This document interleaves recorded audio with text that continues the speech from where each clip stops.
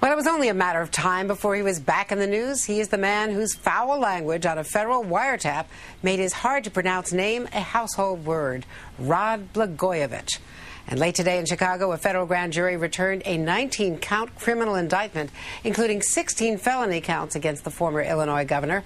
The charges include racketeering, conspiracy, wire fraud, extortion conspiracy, and making false statements. He was not indicted for cursing. That is not a criminal offense. 5 co-defendants, including the former governor's brother and chief of staff, were also charged. Among the detailed allegations, holding up funding of a children's hospital for kickbacks, trying to gangplank journalists in return for state help on the sale of Wrigley Field, and attempting to sell Barack Obama's open Senate seat. There were also previously unknown allegations, including an attempt to extort a U.S. congressman for campaign cash by withholding a $2 million state grant to a public school in the congressman's district. Cash for pork? And allegedly lying when FBI agents came to question him. Blagojevich's response, he says he is innocent, but adds he is, quote, saddened and hurt. It's unclear if another Blagojevich media blitz will ensue. He has reportedly packed up his family and presumably his legendary hairbrush and is currently vacationing in Disney World. Joining us now, Newsweek investigative correspondent and MSNBC contributor Michael Isikoff. Michael, thanks for joining us. You can't make this stuff up. There are a lot of newly public charges here included in this indictment. It's not just about trying to sell President Obama's Senate seat, as though that would not be enough. Walk me through some of the allegations that we didn't know about until today.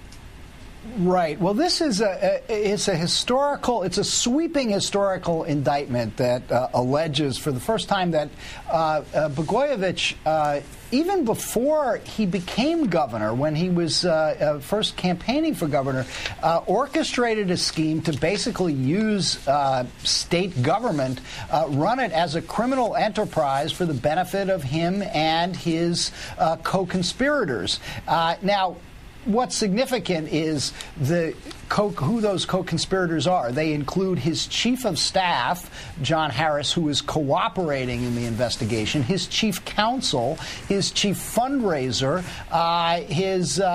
and several of his political associates, his brother, among them. So, and at one point, the indictment specifically alleges that this is the Blagojevich enterprise, essentially alleging that he ran the state as a criminal racketeering enterprise. There are a whole host of allegations that are brought together from investigations that have been going on for the last 4 or 5 years by U.S. Attorney Patrick Fitzgerald to extort campaign contributions, to pay for play and withhold state benefits for people who didn't play ball by coughing up money for the Blagojevich enterprise. Michael, I know it takes a lot to surprise you. You've seen it all, but did the sheer volume and variety of these charges surprise you? Yeah, a little bit.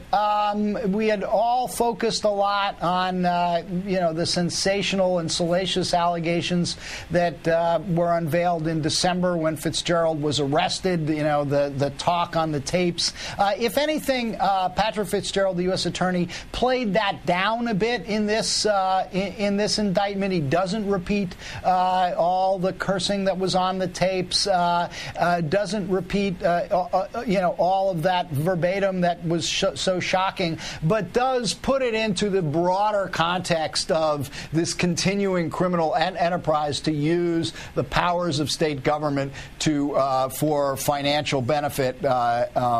For financial benefit. One kind of interesting new wrinkle was Blagojevich was actually interviewed by the FBI in 2005 when this investigation was first heating up, and was asked about some of the allegations. And his answers were he has a firewall between his campaign work and his state government. He doesn't even keep track of who his campaign contributors are, pays no attention to that. And in light of everything that's come out since, one of the allegations in the indictment is he lied to the FBI when he made those statements. Do you think he's going to go on another media tour, or is he going to go underground now that all this is laid out? Look, with Blagojevich, it's, who knows what he might do. He defied the counsel of his lawyers during the impeachment episode, went on the media tour, gave interviews to every TV talk show host in the world,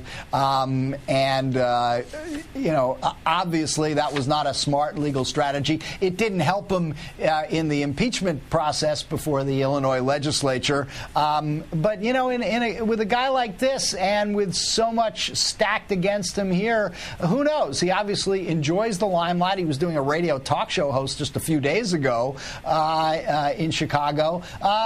He could do anything. Is that going to help him in the end? Is there any way he could get off, given the volume of this of the allegations here, given the tapes that the FBI has, given the cooperating witnesses, including his chief of staff? It seems highly doubtful. All right, Newsweek investigative correspondent Michael Isikoff on the Blagojevich beat tonight. Thank you for joining us.